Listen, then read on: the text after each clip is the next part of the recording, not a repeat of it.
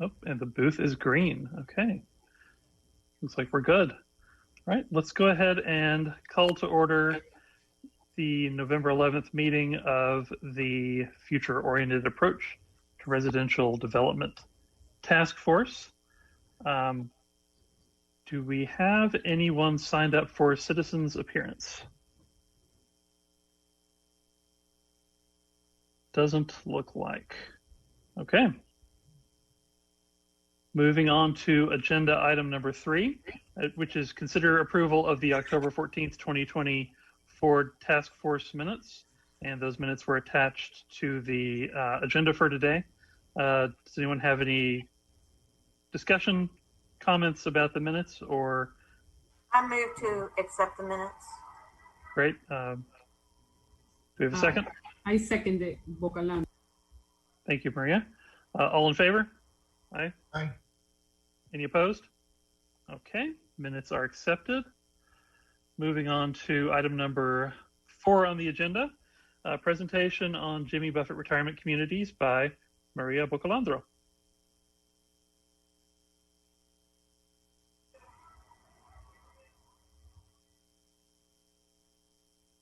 You were muted. Yes, can somebody, I'm trying to share the screen. It says host has disabled participant screen sharing.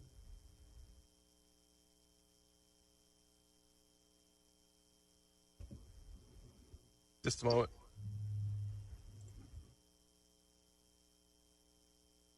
Okay, go ahead. Thank you.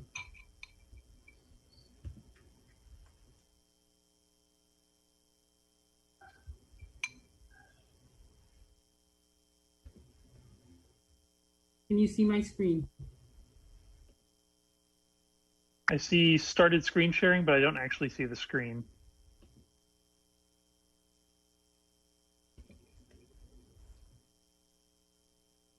It says you are sharing.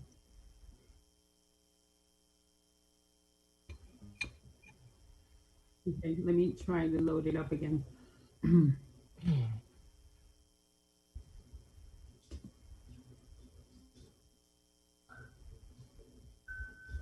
Share screen. Mi amor, la bulla. Tienes que cliquear sobre la que quieres compartir. Okay. Can you see it? No. Says you started screen sharing, but I don't see anything being shared. Dale a presentación, porque a veces con okay, let me see the presentation. Can you see it now? Yes. Okay. Perfect. Okay. Thank you. So I researched, these are, there's different, there's one in South Carolina and one in Daytona Beach. I researched the Daytona Beach because a former leadership participant of Coppell actually lives there. And so she sent me the information. And so this is what I'll be showing you. So I wanted to just start with the benefits of living in a 55 plus community. And we've seen this before, but I just wanted as a refresher. The restriction is good because then we have like-minded people and there's peace and quiet. It's an active lifestyle. It's a very different setup than the retirement homes we're used to seeing. There are many activities, and we will see, I have a short video of the activity director, and her job is to create, activities that are physical or mental or for relaxing. It's a convenient location, so this is very important. When we see where they've located these places, it's close to medical facilities, churches, shops, and there's a good connection with public transportation. So if we were thinking of something like this for Coppell, we'd have to think about where it's located. Low maintenance living, and when I interviewed my former neighbor, she said that one of the things she basically liked was that she was no longer in charge of the maintenance of the landscaping, the outside of the building, and she was still independent, but she didn't have to deal with that. And then she's made some really good friendships there as well. And when I looked on their websites, there was a lot of testimonials talking about the sense of community and belonging. Okay, so this is the overall community site plan, and I want to highlight that, of course, this is a golf course, but you see very distinctly in the middle of the graph, the community areas, the spaces where people are sharing fitness and shops and restaurants. And then you have, this is 3 phases, and they're now developing this 3rd phase. The colors are the size of the units, and I will show some blueprints to show the difference between them. So you have this, the bamboo cottage, and this is a bedroom, 2 bath, 2 car. And here on the right hand of the slide, you can see the layout. It's a compact unit. It's 1,204 square feet, and the property is 1,800. Then these started $218,000. Then you have a different, which is Camellia. It's a little bit bigger. It has, if you see, it has like more social spaces. It has a den, and it's under, 250,000. And then you have the Aloha, which is the biggest, but it's still compact. And what most of the people said when they were interested is that they wanted to move into something smaller, downsize. And so this one is the largest, and it's at 235,000. So this is the detail, the town center amenity plan. And so you can see here is how in the middle of the development are all these social activities. And then we can see the details. On the left, there's a movie theater. Then you have like a shopping mall. You have the swimming pools. And of course, this one has a beach. It's a Daytona Beach. But there's some that have lakes. They have that waterfront. Okay.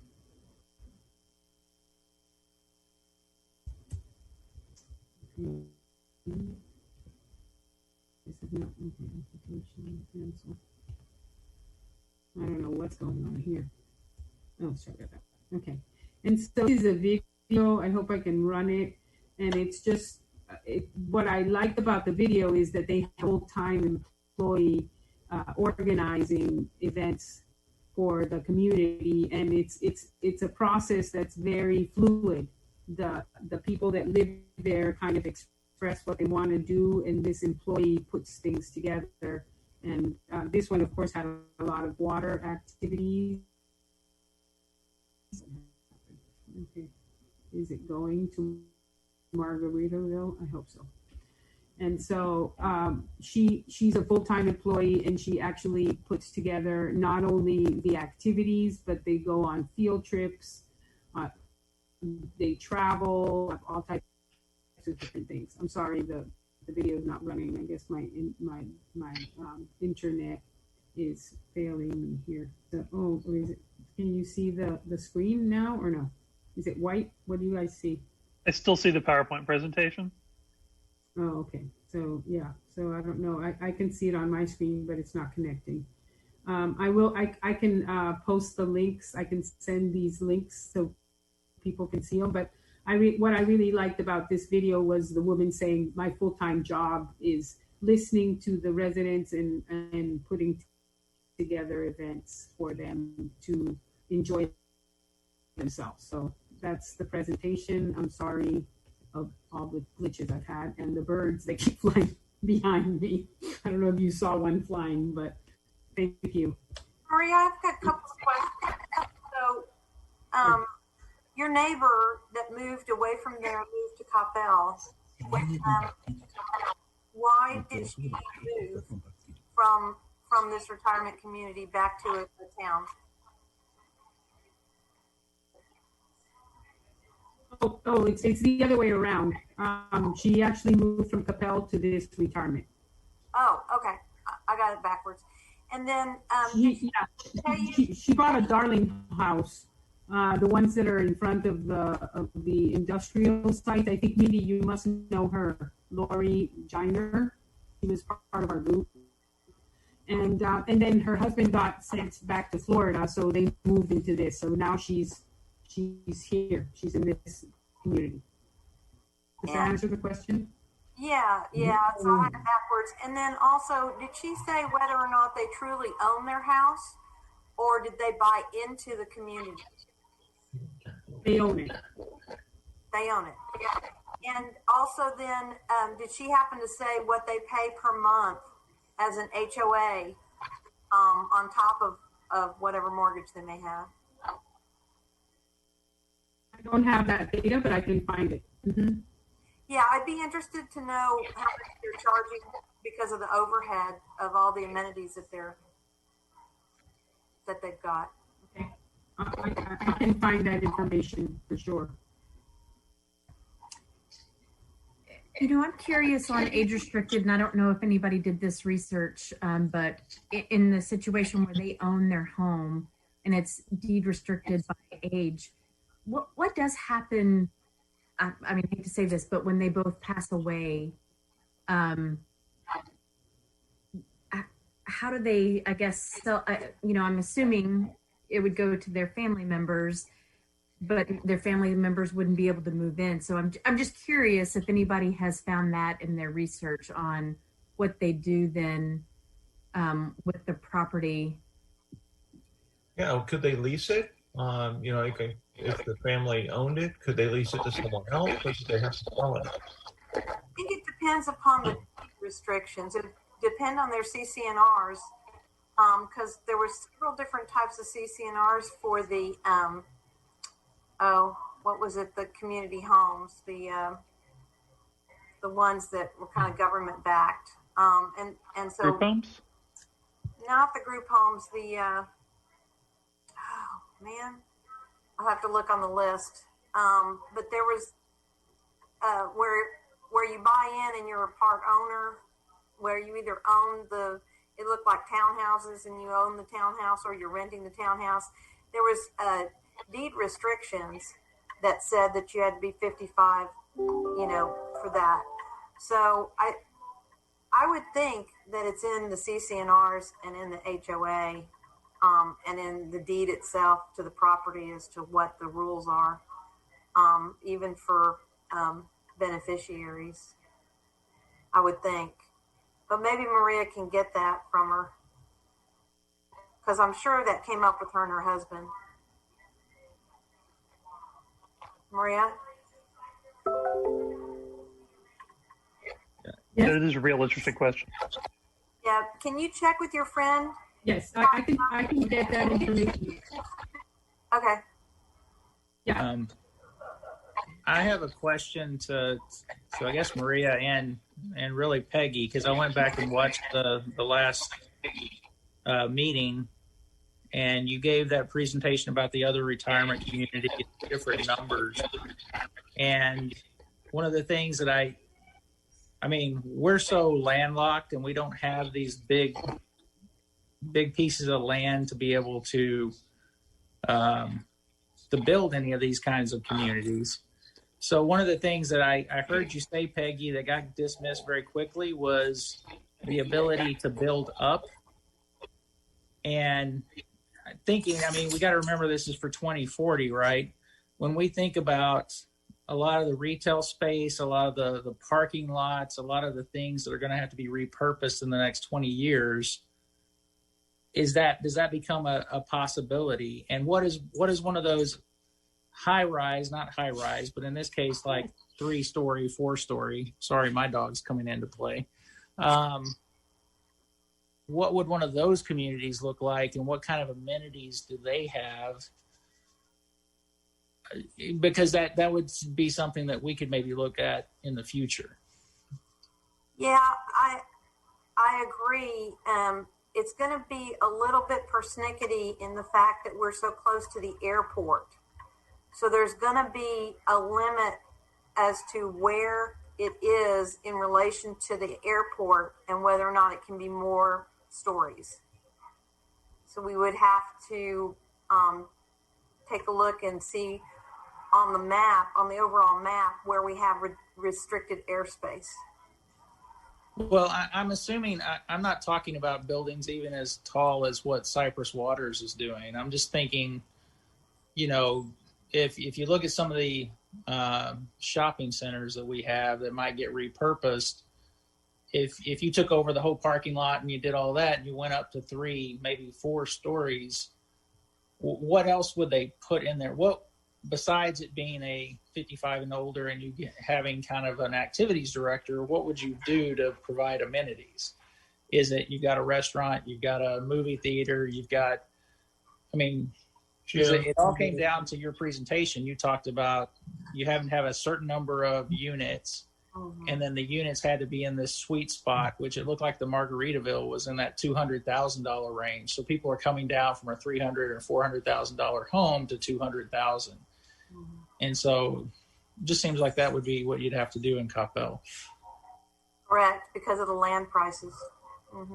Well, and I spoke to Lori about that, and so she's an architect, and so I mean she's worked in development like all her life, and so what she said is that, you know, when you have a place like Coppell that's landlocked, what you have to do is, yes, go up in density and go up in height, but that's something that the developer will work with. And it could be smaller units, you know, but it is a mix. I think the most important thing is there was smaller and bigger, but even the bigger ones were on the small side of you know, if you look at what Coppell's houses, the new houses, are the size of them. And so she said that that's a typical developer problem, you know, to look at the finances and make it work. And so what I was seeing, and I don't know, and Mindy knows much more than this, but we have some of our areas for industrial have been they need more space, and they're moving out to maybe Cypress Waters or someplace else. That's what I heard on the tour of the leadership. And so my question is, could some of these areas of industrial be rezoned for something like this? It's a question. And some of these industrial zones are near the creek or something, or, you know, there's some that have a flooding problem, because I saw a drone images when I was doing the leadership of a lot of lands that had been underwater. So maybe it could be an industrial zone that's repurposed with those areas where you need green infrastructure because of the flooding. And so it could just be, you know, passive recreation areas that are near those industrial sites. And Mindy, you must know what I'm talking about. I think it's like going towards Grapevine the Grapevine Mills. I guess it's Sandy Lake, and it's to the right. And I think there was a whole bunch of flooded areas near there where there's some trailer parks too. But I saw the drone images when I was in leadership Coppell. And so I'm thinking it could be an area that has problems of flooding with some industrial places that are being vacated because they need more space or something like that, and it would be like a rezoning.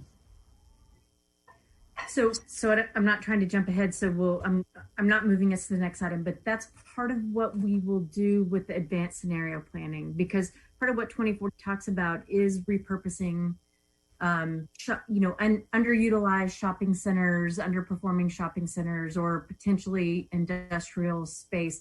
And it's hard to envision those types of things when you're living in the city today and you see that there's very little vacant land. But that's part of what that process will help us with. But one thing to caution against, and we've talked about this as well, about incentives. The land cost in Coppell is still so high that any time you're going to repurpose property, you're already paying a high price for land, and then the cost to do something different.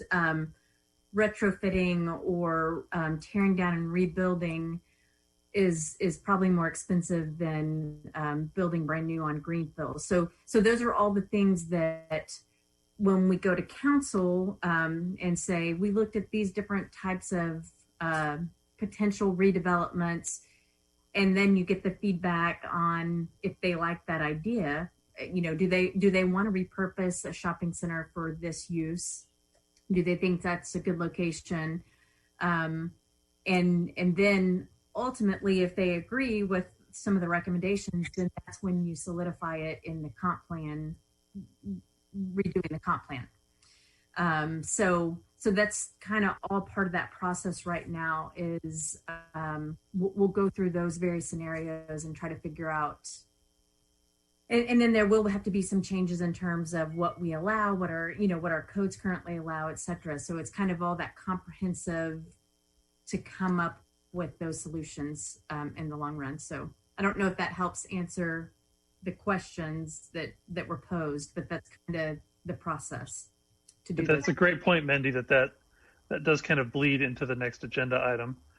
So before we move there, I want to ask if anyone else has any other questions or comments based on Maria's presentation, specifically about the Jimmy Buffett retirement communities or communities of that type.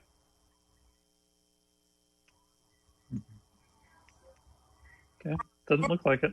Maria, can you find out how many acres that whole it is for the Jimmy Buffett? How many acres does that community rest on? Bless you. It has a golf course. I think there's some that are not Jimmy Buffett's that don't have golf courses, but yeah, I can find out. Yeah, I mean, just the Jimmy Buffett one that you profiled for us. Just how many acres does that sit on? Okay, great. Any other questions or comments about Maria's presentation? Not seeing any. Okay. In that case, let's move on to agenda item number 5, which is next steps with future IQ and advanced scenario planning. Mindy. Okay. So after our last meeting, when you all gave the head nod that you thought this was something we should explore, we did reach out to Future IQ to get a formal proposal from them. So I'm going to kind of walk you through there are some changes that I need made. Once I get those, then I'll actually upload this proposal onto the SharePoint site so y'all can read through it yourself. But I'm going to kind of walk you through it, the proposal right now. And then just so I don't forget, at the end of this, what we need to do is we need to take a formal vote on making a recommendation to send it to council for approval if y'all are interested. So that's just kind of, so you don't let me forget at the end, we need to do that. So, again, as we talked about, it is the company that we were talking to is Future IQ Incorporated. They are the company that did the Vision 2040 plan for the city of Coppell. So they're very familiar with the desires and the wants and the needs of the community, just the community itself, and then kind of where the tolerance level is on different things.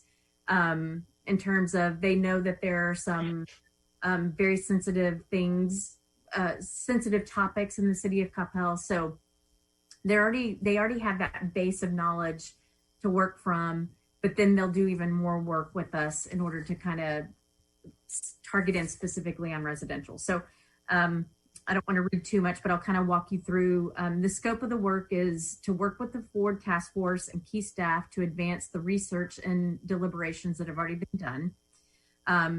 And basically acknowledges that the Foard committee was created to help Coppell envision what the city needs to be considering from a housing perspective for the next 20 years. So as we talked about last month, while senior housing is definitely a component of that, they are looking beyond senior housing for the city.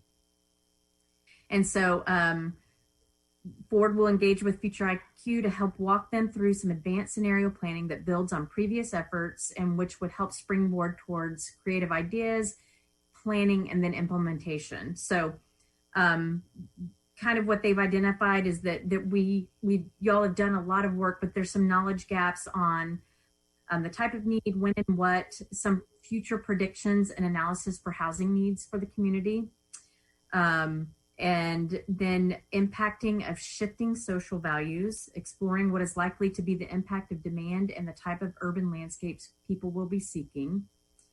The trajectory and velocity of change, understanding what variable scenarios for a city like Coppell are and how fast change is likely to occur.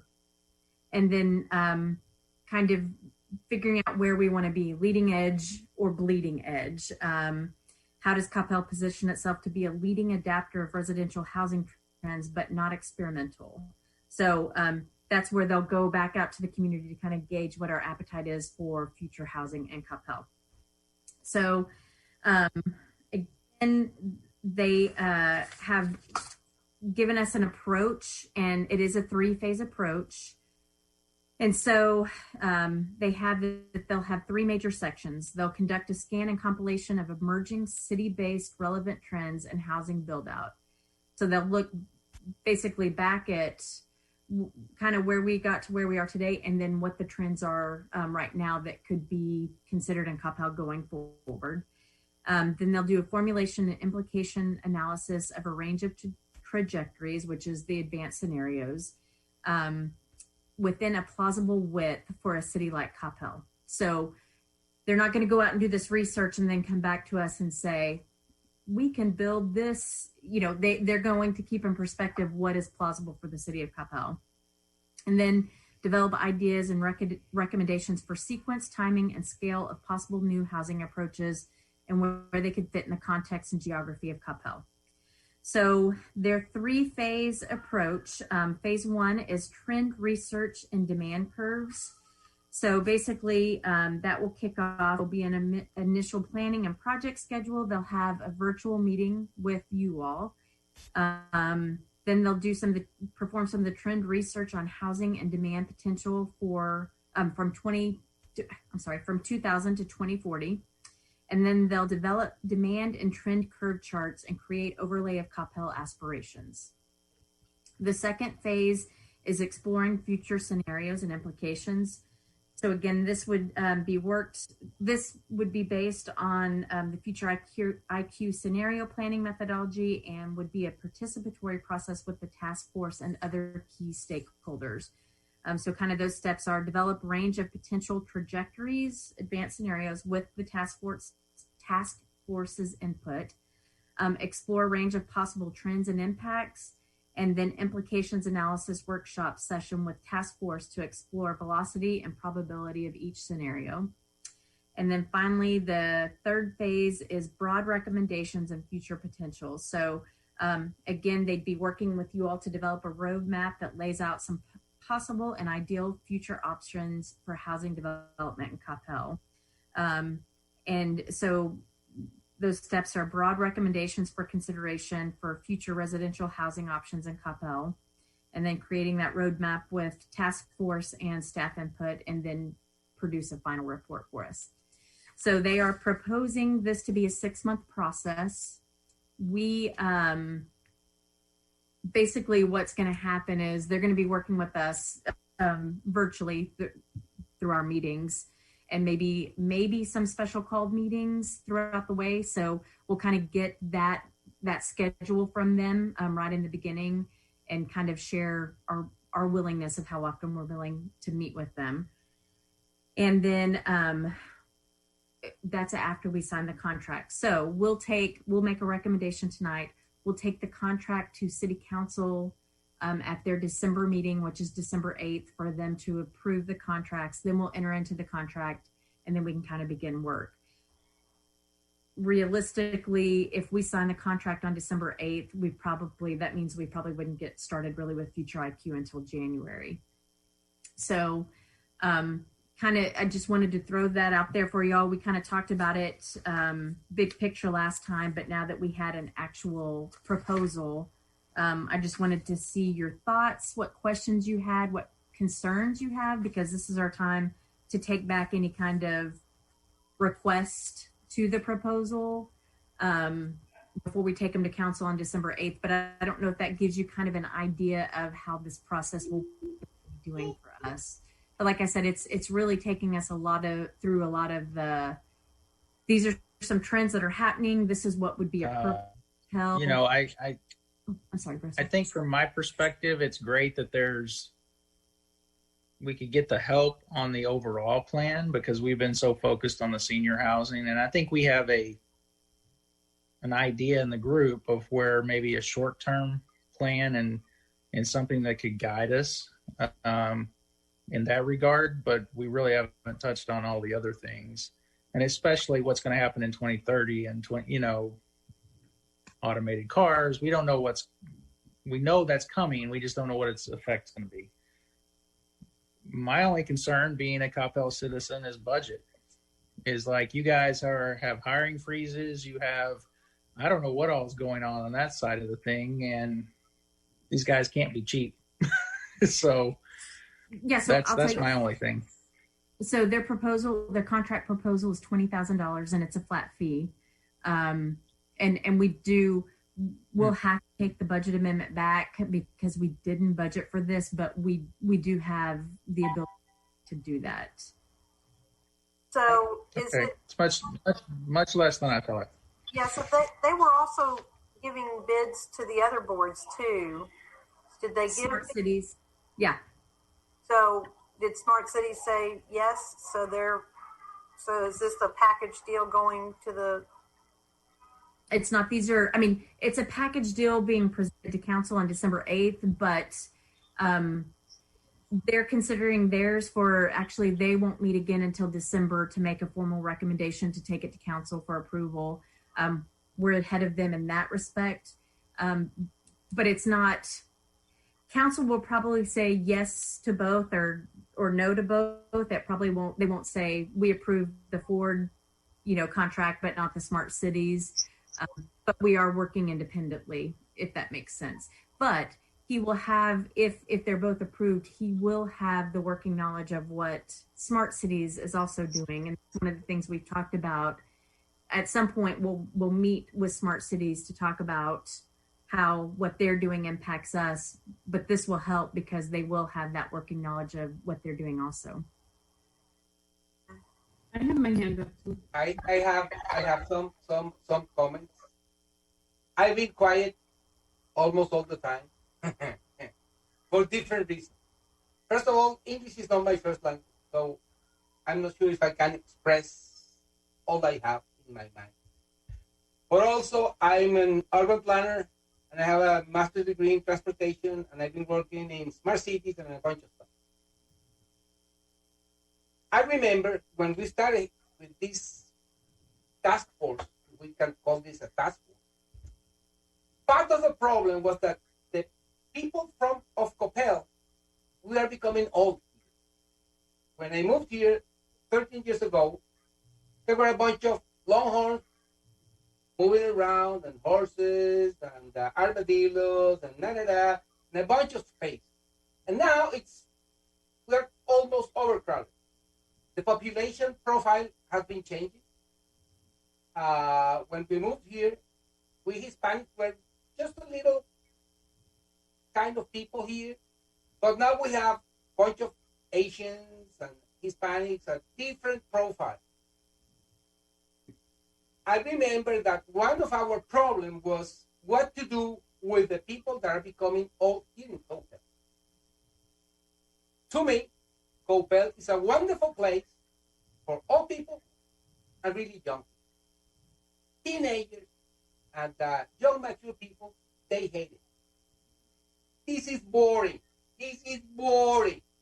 If you start a new restaurant, a new activity, it lasts 6 months, couple of years. This is a boring place, but it's wonderful for us, for seniors. I became senior here. And I'm becoming more senior here. And it's really interesting. Here, we are seniors from 50 to whatever we can live. So when we're talking about seniority here, we're not talking about short term. It's long term. We have 50 years of people getting old here in Coppell. So I think this is a really conservative place with low-level development. We don't have too much land. And I know, as an urban planner, we need to take it off, make high buildings, and we're doing good. But people who live here and they've been living here for 20, 50, 30 years, whatever, they want to move. They have everything here. So how can we balance the new profile of people that are moving in here, young people, young families, with a bunch of kids and everything, but then we have a big population of people that are getting old here. And I don't want to move to another place. I live in a nice house. I don't need to go out. Why should I move? I'm okay here. So the problem is, what can we do with, it's not about the land, it's about empty rooms. There are huge homes. And one person living there. Near my house, there was a huge place that was developed, and they were supposed to make a wonderful home. Then they sold it, and it was for a retired couple, and they were planning to do some rooms for the dogs. And one of them died, and I don't know what happened with that house. So what I'm trying to explain is this is a really particular city. It's really small. People are, in general, old and becoming really old. And if we want, and I remember when we started doing this, what to do if we wanted to turn Coppell into a senior community. If we want to do that, we already have them here. If we want to create something different, that's another thing. So if we want to create a new, really advanced, densified, beautiful, fun place, that's another thing. So I'm really confused. I'm just trying to tell you, my concern. I'm really confused because there's some goals or a mission or a purpose or whatever, and there's a reality.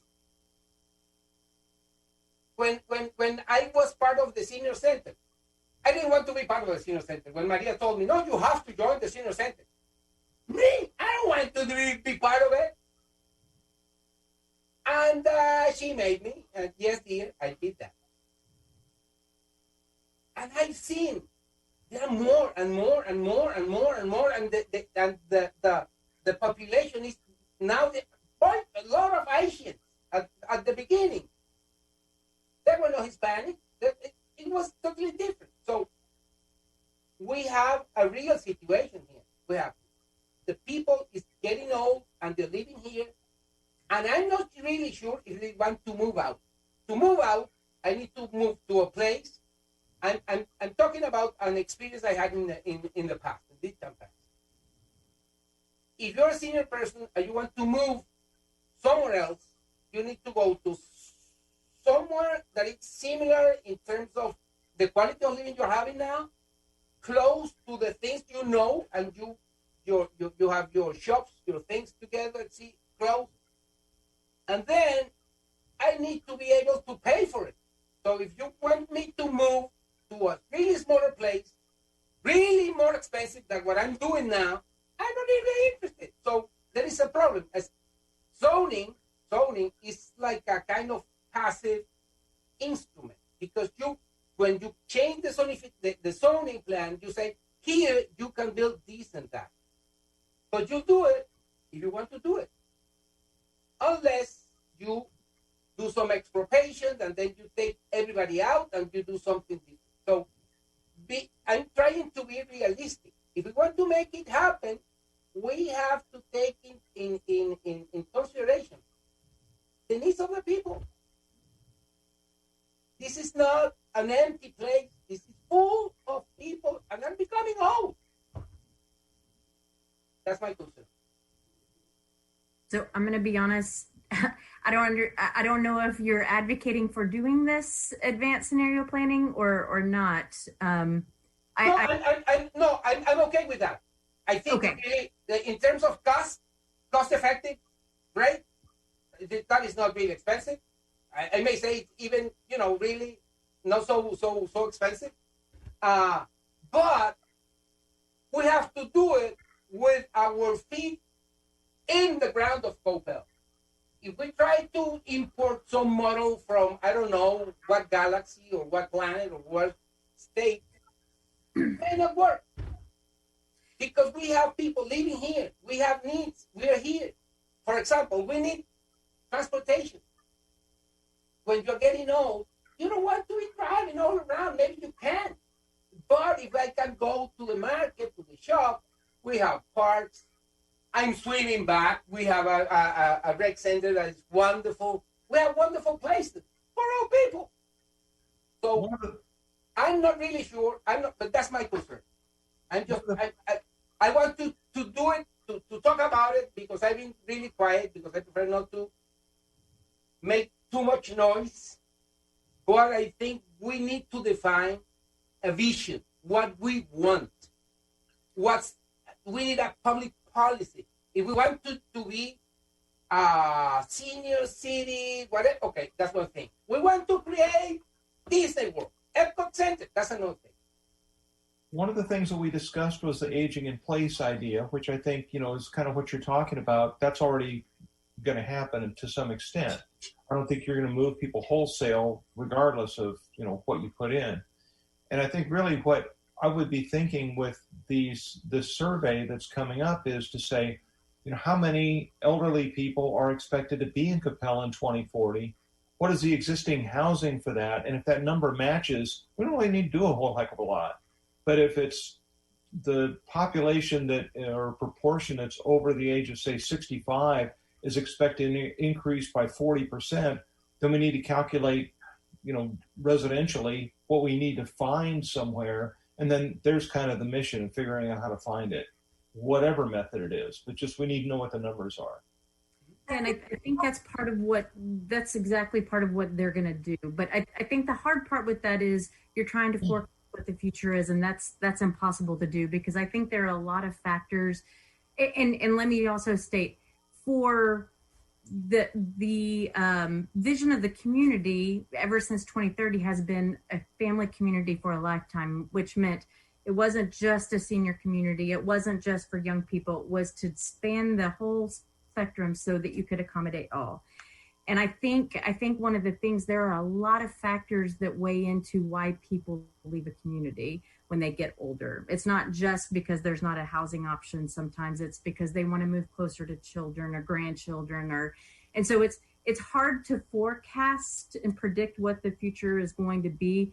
But this company, that is part of what their expertise is, and that's part of what they're going to try to help us do. I mean, one of the goals of the Foard pillar from the 2040 plan is it talks about determining what the ultimate population is for Coppell, which they know the appetite of the community today, but we're trying to forecast for 2040. And so the community today might not be the community in 2040. So that's why they do a lot of their methodology and modeling. But they are familiar enough with the community to know that there are some sensitive topics. Density is it's a sensitive topic in Coppell. So I think that is part of the beauty of this group. They're able to do some of those very things that we're talking about, is determining who we want to be and then doing the roadmap on how to get there. So that it's a very valid point. I think that they're going to have a handle too, Mindy, aren't they, on maybe the cultural movement in Coppell between now and kind of where we've been and where we're heading for 2040. So, because I know certain cultures, multi-generational living is a big deal, and they need support in that. And so that would be a residential consideration. Absolutely. So, and this company is an international company, so they know a lot of trends across the globe, right? And can bring some of that research and data to us. But yet, they also know our community well enough that they're realistic about that. We can want all day, but if the community doesn't support it, then it's never going to gain any legs, I guess. And that's, I'm sorry, Matt sent me a note, and it's very true. 2040 really was grounded in the community because it was formed based from public input, right? So I think that those are all the things that will help ground us to keep us realistic, but also give us kind of a path going forward and some visioning that is hard to do when you're looking only at the confines of what you're working in today. I'd like to finish my comment with I think that proposal is really attractive, really interesting, and I think it's really important that participation have to be massive because we're a really small community. We're not a huge place. This is a really small place, so we need that the people that we live here participate. That's Yeah. my only comment. We need participation, but real one, because we can do some polls and some statistics and some da. And as a planner, in the past, I used to do what I call desk planning.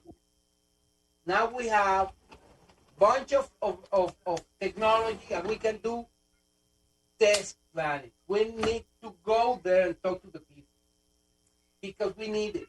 That's my only concern and comment. No, I completely agree with you. And again, Vision 2040 went far beyond what Vision 2030 did in trying to, and it was partly because of this company that really tried to seek out, they gave so many opportunities to try to engage the community input. Now we can only go so far. That at some point the community has to meet us and actually participate, right? But I think we had a tremendous amount of community input and participation in the 2040 process. So I think they're very, very aware of that and will try to do that. But we will make that our first meeting with them, Danielle. I think we really implore that's one thing we really want as part of our research process. So. Bart, I had my hand up until I was disconnected. Oh. Yeah, I wanted to make a comment. No. I can't hear you, Maria. You need to lean into the mic. Yeah, no, I'm sorry. My computer just crashed. And, I have a one-year-old grandbaby that kind of pulled everything, so I'm sorry about that. I just want to mention that I know you read community, what this consulting firm is going to do, but I don't feel comfortable approving that without being able to read it. Maybe I'm just very distracted right now, and I couldn't listen. I mean, I don't know if you remember that first question. I lifted up my hand. I asked the mayor, do we have funds to do a survey? Because I think I agree with Daniel, the demographics has changed, but I think we have to ask the people, the seniors, what they need or what could work for them. I'm kind of worried about the cookie cutter kind of planning that, something that worked in Detroit or Minnesota or whatever might be applied here. So I haven't read the deliverables. I haven't read, I looked at part of the process, which was the presentation you did, but I'm not sure if that survey that I asked for that first day is incorporated in what is a significant, I just worked for the census for 3 months. The demographics here in Coppell have changed dramatically. The way families like Latinos, like us, or Asians live is very different. I have 6 people here, 5 adults and 1 baby, and they go from 90 years old to a year and a half. The Indians or the Asians also live with mixed families. So I think it's very important to do an assessment with this new demographic and ask these questions. And I know this is very expensive.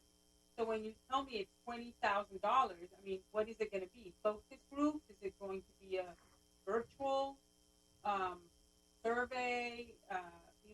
What's the mechanism? Because you can say you did survey and you did collect information, but we know that in order for it to be statistically significant, it has to be done accordingly. And so sometimes, I don't even know what this company is or not, but urban planning planning and urban design, you know, the statistical proportion of surveys and the way they're going to collect information is very important to me. Because I've seen Coppell change in 13 years I've been here. And I have no way of, I don't have a magic ball to say how it's going to change for the next 50 years, but I would feel irresponsible in choosing a consulting firm that doesn't do this research with the due diligence and with the scientific or statistic validity that we need in order to do this prognosis of the future. I was very impressed with the census. I mean, I did Coppell, Irving, and Louisville, and what I saw in demographics was definitely not what I saw when I arrived. And my husband and I decided of 7 places in the United States to move to Coppell, and it was because of the school, the demographics, so we knew that data. It has changed in front of our eyes. So I don't want to delay it, but I would like to have a document that I could look at and maybe make some suggestions.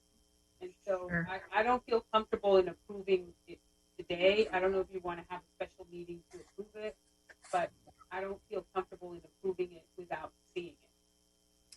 So we'll do the vote tonight, and if everybody's input is that they would like to see it first, then we can. I'll get you the final document once I have it, and we can do a special meeting. If that's the general consensus of the group. Otherwise, well, I feel a little bit different, Mindy, because this is the group that did the 2040 report, and I think that they have a template of how they operate and how they do quantify and they do their statistics and they get their information. I think that it's broad enough on what they have on paper that we can steer them and possibly, you know, add to something if we find that there's a hole in there that they have forgotten. I think it's broad enough to where we have some play in there. And so I'm very comfortable in saying that we dance with the one that brung us because of their expertise and their work already with the city. And so we go ahead and do the motion to go ahead and accept their proposal and move it to council. And I think there's enough play in it that we can definitely, Maria, when you see it and you need something else added, I think that it's going to be a slam dunk to add that and to play it. Mindy, you had mentioned that you had a couple of, I don't know if you said corrections or revisions to the proposal that you wanted to send back. Could you talk about those? yeah, I mean, it's just there. I mean, it's primarily grammatical stuff, but there are a few things that I think he left out that I was going to add in, that talk to him about adding in. So it's nothing significant. I'll say that. But I mean, that's one of the things I can talk to him about, adding the survey piece and seeing if it changes the, I mean, he has in here stakeholder engagement, which I believe he talks about surveying, but I don't know how extensive that is. And so I can ask for that clarification. And if I can add. Yeah, Maria and Mindy, if I remember right, because I took several of the online surveys, they did quite a bit of that. And I don't know how they counted their participants. I don't know if every time I took it, I got counted as an individual. I know they were well over 1,000, probably halfway through the process. And you know, the thing that I think Maria has got, I think they're going to have access to participants that they can email out and they can get a lot of feedback. The problem I had with the 2040 participation group was that it wasn't representative of a lot of the Asian population. There was maybe 5-10% that were there as opposed to the 30 or 40 that we have. So I think, Maria, they have access to the folks in Coppell already who are willing to participate in these surveys, like just a Survey Monkey type survey that's going to go out and be very easy to fill out and answer the questions. Where we would have to put something in the proposal would be just to make sure that it's represented demographically, and they may have to spend a little bit more time and money to reach out to those groups. And this kind of goes back also to our senior citizen group. Can they send something out to their participants? Well, Russell, you caught exactly what I'm worried about. I mean, to the traditional Coppellian that has internet and does everything through internet, their shopping, everything, reaching out with a Survey Monkey, you're going to get their response. But I'm not so sure about the Asian community or the Latino communities. Well, and don't actually, they go to the supermarket, so maybe they're going to have to mix, and some of it has to be electronic, and some of it has to be. Something else to think about is the people that are going to be using this are 40 now. So if we're talking to people that are 65, 70, we get a good read on what people that are 65, 70 as far as technology use. But someone who's going to be 65 in 2040 is now 45 or 40. So if we're not talking to them about what they would envision for them, we may be talking to a bunch of people that are in cemeteries by the time 2040 rolls around. Well, but the 2040 is a continuum. The people that are going to die when they get to 2040 are still living here. So you have to have solutions for the people that are here. As Daniel said, this is filled with people. But if the survey does not represent those, and Russell, I was in those focus groups. I went to the rec center, and they were all white people. I didn't see any Asians there. Well, go to the new school in Cypress Water. 68% of the children are Asian. I mean, we saw it, right, Mindy? You took us there. So the thing is diversity and getting the demographics and the proportions right of the survey and of the stakeholder analysis. Well, that's my only worry. Well, and I will just throw in, I think there's a lot of work that can be done for us to get a lot of the planning without getting into the senior survey that you're talking about exactly, because the price point of $20,000 is not going to get you going door to door to get to those folks that don't have internet. So that's where I was just about to say, that's where it may fall back on this committee to do some of that. It may not be the consultant, but the consultant may rely on us to do some of that. And I will also say, and this is 2040, it was not for a lack of effort to get representative participation. They tried every approach. They tried focus groups in person. They tried, they tried a variety of ways. So that's what I was saying. At some point, we can't force people to participate if they don't want to. I would add, having been part of the Allies group, that between the two cohorts and probably the ones that are being interviewed, and plus the folks that were actually in the interview for doing this, I think there are enough people interested that we can get at least focus group level stuff, Maria, from those different demographics, but we're probably not going to get statistically significant 300, 400 participants in a survey. I used to work in market research, and so I think we need to get everybody's opinion, but I'm not sure we're going to be able to get the hard data that you're wanting without that being a separate effort from this. Well, no. I believe in focus groups. I totally believe in focus groups. I know we don't have the money to do door to door, but maybe it's working with the council people, the new council people that are other ethnicities, to help us get to those folks. But we need that input. I remember in that leadership course I took, I said, why aren't we making a cricket course? And all the people that were there were like, she's gone crazy. We don't play cricket. Well, when 68% of the children are Asian, they play cricket. You see them playing cricket.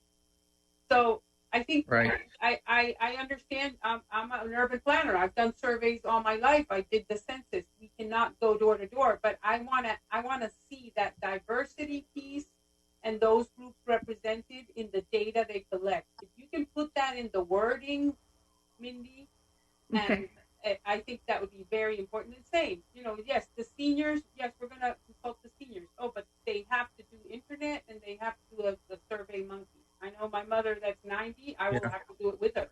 So I don't know, it's including that language. But what about the churches? We have a bunch of churches. Because, to me, I've been guessing, how can we make the people, work together, where to concentrate them? But then we have the churches. We have plenty of churches from Korean, a lot of stuff. So maybe we can work with them and we'll get a really representative sample. There's an interfaith group in the for the allies, the community allies now, and of course the community allies I don't think existed when they were doing the 2040 survey, when they were doing the 2040 thing. I don't think that we had formed that yet. So there's a lot more opportunities and resources for this group than there was back then, because there's an interfaith group in the allies that encompasses all sorts of religions and backgrounds.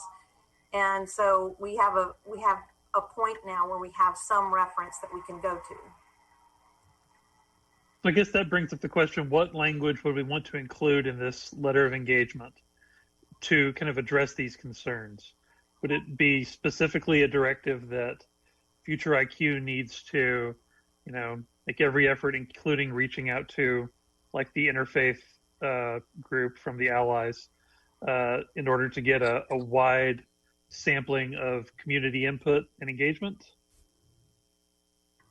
I think that it needs to be tied to the demographics of Coppell. I think Maria's right. It needs to be tied to the demographics that we have, and that includes ethnicity as well as age, so that we have all the data at our fingertips that we would need in order to make a plan and to feel comfortable telling the city what we think at the end of the day after looking at all the data. Yeah, perfect. Okay, so I will definitely add that we want that included. And I just want to reiterate that this survey or this process is not just about senior housing. So I don't want anyone to be concerned. It's about the entire pillar, which covers all housing. So I just want to make sure that we're all clear and understand that.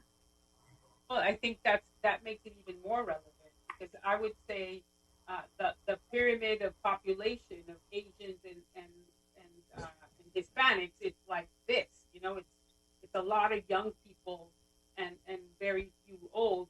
Meanwhile, in the developed world, it's more like this. So I think, if you're projecting all residential, the more pertinent it is that we get a sample of our demographics in that study they're going to do. I don't know if I'm making my point. That's perfect. I'm really tired. So can I suggest the wording that I would work with, that essentially if we can get it through survey data from specific demographics, then we'll be fine with just straight up survey questions. If there are underrepresented groups that we can't get through the survey data, we would like them to conduct focus groups, 1 or 2 focus groups around those specific demographics. And, truthfully, something that maybe isn't Asian, Hispanic, whatever, one of those focus groups, I think, and it sounds like, Maria, you guys fall into that, you'd be perfect participants, is the multi-generational household. Because I think whether it's, I don't know if there's a big difference between the multi-generational Hispanic household from the Asian, mostly Indian household, but that's how I would allow it. I think they can get most of the data from us white folks, in Coppell of all different groups through the surveys. They can go out to allies and they can get quite a few of the demographics. They may not get the numbers to be statistically significant, but we can pull together the focus groups to hit all of those different demographics to really get their opinions. Does that sound good, Maria? Yeah, I like it. If you include that in the proposal, saying, and the census is the census is fresh. So, I mean, I keep on driving through the same sign that says we're 36,467 people, and I say, my family has never been added. We're 6. Why aren't we there? And it's like the census is every 10 years. So I would like for them to use the census of 2020 to look at the demographics of Coppell and make sure that the data they're collecting, everybody's represented. I know that statistically significant is way too costly, but they're going to compensate it with focus groups. I'd agree to that. Thank you, Russell. Yeah, the entire LGBTQ community is not counted in the census. Exactly. Well, no, yes, they are. We asked all those questions. No, we're not. Yes. No, you're not. We had the married or the couple, and it had all different. It had 7. What if you're single? No, it had it. No, it did not. No, it did not. If you are single, you are not counted. If you're in a relationship but not cohabitating, you're not counted. It asked for gender, and then it had different modalities. I don't know how they. They didn't ask. Enumerators asked it. I don't know how they grouped it, and that's another. We're specifically not counted. Okay. Trust me on that. Okay. that's the work I do every day. I don't remember it being asked of the 2040 survey. Oh. So, that's a question for them. When they send it out this next time to that 1,000 participants, they could add that question in there, Leslie, and get some information. So, Mindy, I think you have a handle on what we're asking you to add and alter it. So I would like to make the motion that with the alterations as discussed by Maria and Russell, that we move forward in sending the edited proposal that Mindy will get from them to council for approval so that we can use this firm to help us. Okay, we have a motion from Peggy. Do we have a second? I'd second it. Let's see, second from Leslie. All in favor, please raise your hand, say aye. Aye. Aye. Any opposed? Okay, motion carries. Perfect. When would this motion be taken to the board? When would it be taken to the council? Maybe December 8th. Can you send us that information so that we can? I'd like to be at that meeting virtually. Can you send us the information? Oh yeah, you mean for the council meeting? Yeah. Do we have to be present? Would they ask a question or no? I'm not sure if they'll ask any questions or not. So that was what I was gonna say. Do you want to actually be a panelist so that you can comment, or do you want to just live stream it and watch it? Which are you wanting, Maria? This is Peggy. While she's thinking, I would like to just live stream it and listen to what they have to say about it. So my guess is with it coming out of committee, they're not going to have a lot of questions for us specifically. But I have, so what is the outcome? Either they approve it or they don't? Is that what we're asking for, approval of this consulting firm? Yes. Of the contract. Of the contract, yeah. And they're going to be reviewing the Smart Cities Future IQ contract proposal at the same meeting. It's after, right? Also at the December 8th meeting. So the Smart Cities Board is voting on theirs after we are voting on ours, but then they'll both go on December 8th together. Is it the same company? Yes. It's a different contract, but the same company. Correct. Yeah, I mean, I'm good with live streaming too. Mindy, is the council actually meeting at city council, or are they just streaming on Zoom? So it's not open to the public right now. So while there are some council members that are physically present, there are some that are virtual, and the meetings are not open to the public yet. Oh, even virtual meet? Oh no, virtually they're open to the public, but physically they're not open to the public. Okay, so can you send out the link to the December 8th virtual council meeting so that we can all see it? I would like to propose. That Russell represent us there, just because you understand the language. Well, I guess my question, Mindy, would be: they're going to review the proposal. Are they going to have questions prior to their actual vote, or is it all happen at the time? Do they have to ask those questions at the time of the vote? Because it seems like Future IQ is the one that has to answer the questions. Right. I mean, we've said we want to work with them. Future IQ is the one that's going to have to, if the council has specific questions, going to have to, answer those. So we will give them the contracts themselves will be back up to their council agenda item. I will also state this. This actually typically would not go to council for approval. Because it's under the threshold of what requires city council approval. So this normally would be approved by the city manager. The only reason it is going to city council for approval this time is because we did not budget for it and we'd have to do a budget amendment in order to pay for it. So that is the only reason it's going to a council for approval. But they will. So the city managers going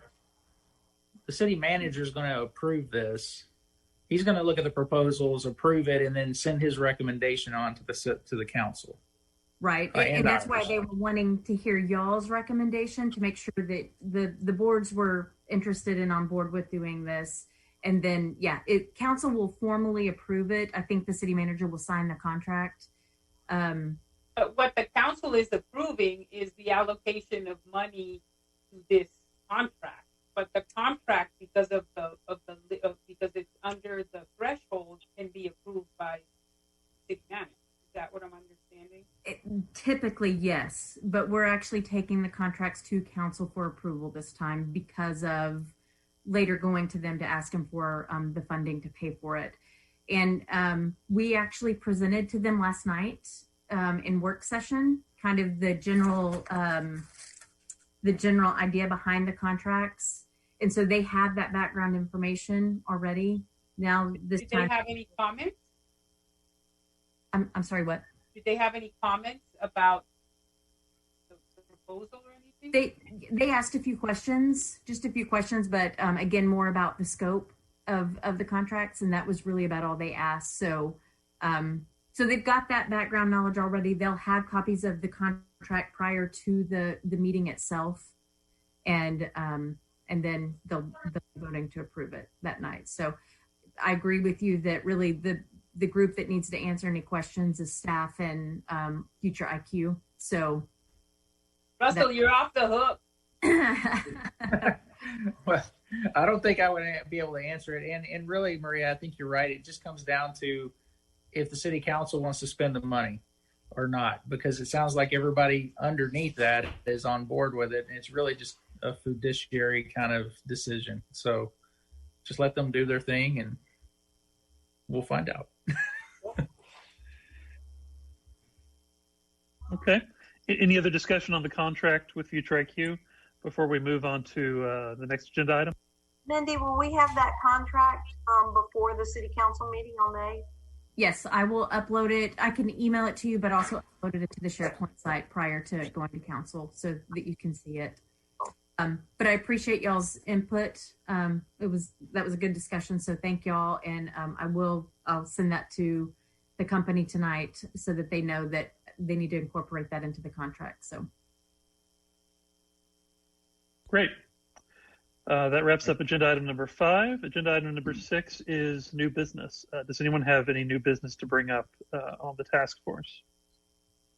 The only thing that I posted on the website or on the SharePoint site was an article from the Dallas Morning News about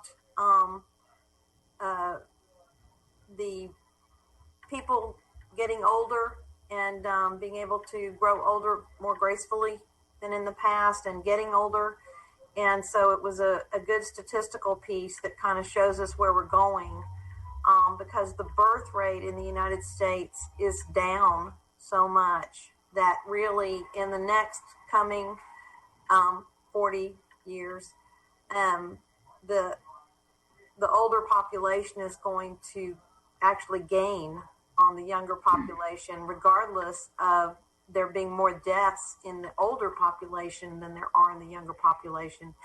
The birth rate and the amount of births per year going down, they're not sustaining.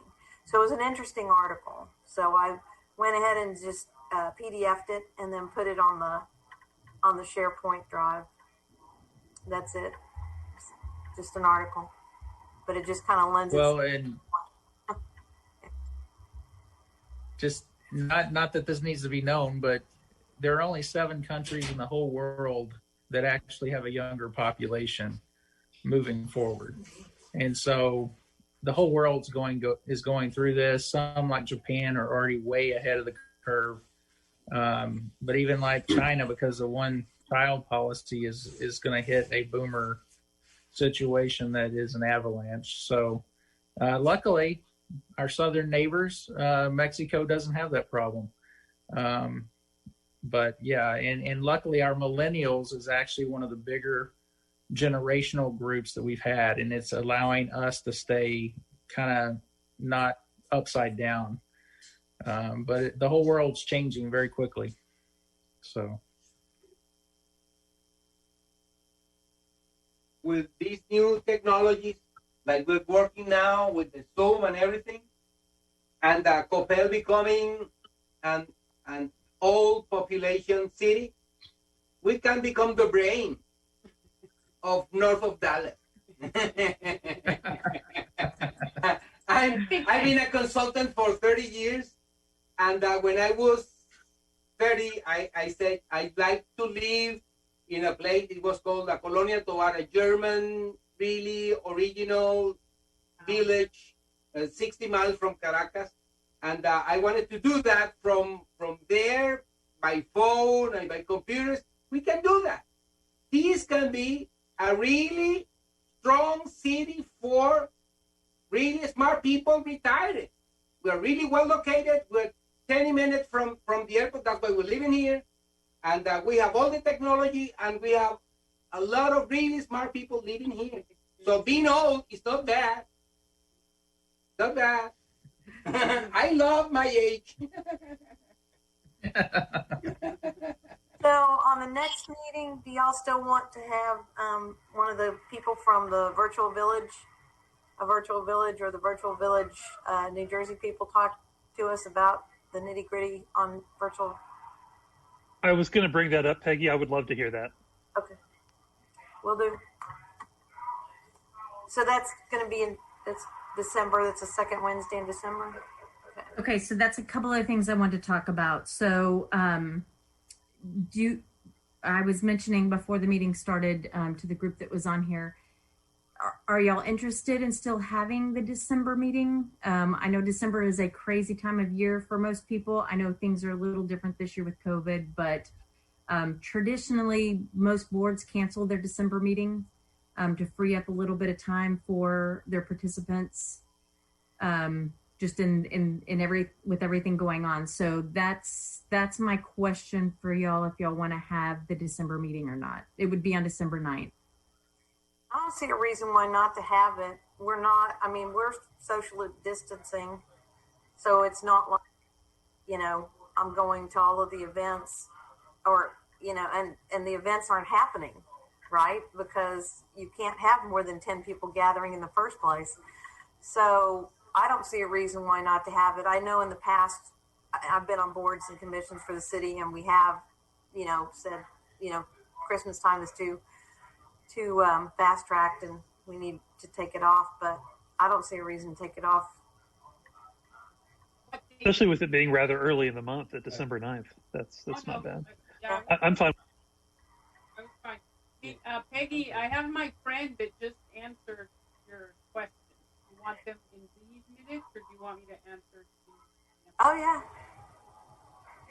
I'm sorry. This is new business. It's coming in from Margaritaville. It's in Florida. She's saying, and I'm looking at it on my watch because my cell phone was left there. My grandbaby pulled it out of my hand. Okay, so HOA costs start at the amount based on a formula of rooftop times amenity plus other things divided by a few variables, and the start of the HOA fee and amenities installed able to be used. So it's according to the amenities, and it's increased according to the space that you have in your house, and there's a cap based on a set budget. It works great, plus some amenities can be income producing. So some amenities like the restaurant or the movie theater are income. So it's a complex formula, but apparently she's very happy with what she's saying. And then she says, as for 55 and plus passing away, the heirs can rent or lease to 55 and plus, or sell or wait till they're 55 to occupy. They have a few allotments to be less than 55 for these reasons. But if someone 22 years old inherited, they would have to rent or sell. If they were 45 years old, they fall into the small percent allowed to be less than 55. Most 55 plus serve less housing costs for gorgeous properties and grounds at a lower cost to buy. All maintenance for landscape is done through HOA, so the 55 plus person does not have costs for the gardeners, arborists, lawn service, irrigation, seasonal color, maintenance of amenities. I can share a digital version of the HOA docs if you'd like. Would you like that? Maybe I can ask her so we can put them up there. I think it would be interesting. Okay, and I'll put up I'll send you the presentation, Mindy, because I've been having problems with the SharePoint, and so you can also put it up there, and I'll ask her those documents. See, technology, like, who was it? Right? Who was there was a comic. Dick Tracy. Dick Tracy. Yeah. He knows. So I'm like Dick Tracy looking at my. Since we brought back the presentation, I went back and I looked at video. In East Lansing, my stepson goes to Michigan State, and in East Lansing there's a 55 plus high rise community that they've just built. It's called the Newman Lofts, and if you go to that Newman Lofts website, just look up Newman Lofts East Lansing, Michigan. It talks about their amenities and how they handle that as a high-rise kind of community. I mean, it's much more condensed, but they have just a small garden area. They have, though, chef's kitchens that they essentially you can go and rent out or schedule, not rent out. And then they have a lot of other normal amenities, like an apartment complex would have, but I guess more social kind of things. So that's a example of a community that's high density, no big outdoor kinds of amenities. I assume they're wanting all the alumni to go so they can go all of the sporting events and everything that a college town would give you. That's probably their target market. But I heard their accommodations are rather Spartan. Wow. Well, hello. Sorry about that. That's their mascot. That's their mascot? I don't know. I know nothing about mascots. That's a good joke. But I remember we had spoken, Mindy, that you could bring some of these folks to speak to us. It might be really cool to bring someone from an urban setting, dense, and then something. I mean, I think the Margaritaville is just. I mean, it's not viable at all. We don't have a beach or anything, but maybe like two urban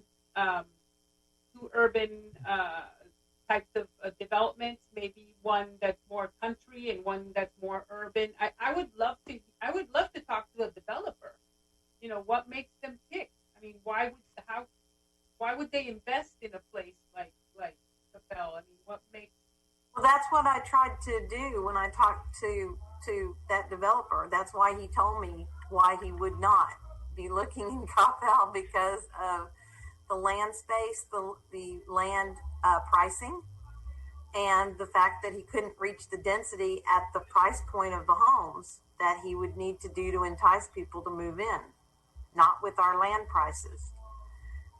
So it's those types of things I think that we'll look at with the research firm, and then Mindy, one other question: have we ever had land that had multiple zoning possibilities? In other words, the same piece of land was maybe zoned industrial, but it was industrial or 55 plus community. I'm just making this up, but to where we aren't concrete about the zoning. Well, I mean, I'll let Matt chime in a little bit, but we've got some land that's zoned ag right now, but then the future land use plan shows what the desired use is. So Matt, go ahead, feel free to chime in here. Yeah, that's absolutely right. We've got some land that's zoned that's not compatible with the future land use plan. So we would just rezone that land to meet the future land use plan if, say, we had a development that was compatible with the future land use plan. That makes sense. Yeah. I wondered how y'all would handle that. Okay, cool. All right. Anything anyone else wants to bring up? So the only other thing I was going to bring up, if anybody else had anything, I can wait, but council did announce their appointments last night. So we, as you know, unfortunately, we're losing Leslie and Monty this next term.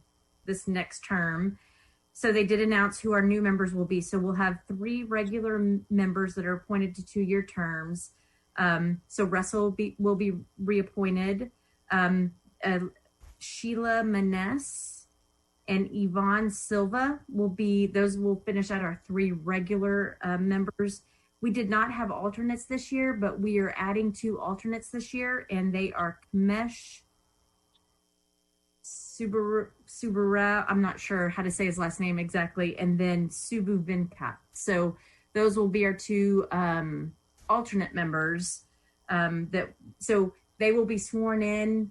I'm not sure how that process is going to work exactly. It will be virtual, but I don't know exactly how it's going to work at the December 8th meeting. And then they will be ready to go for the January meeting, our first meeting of the new year. So we're going to miss Leslie and Monty.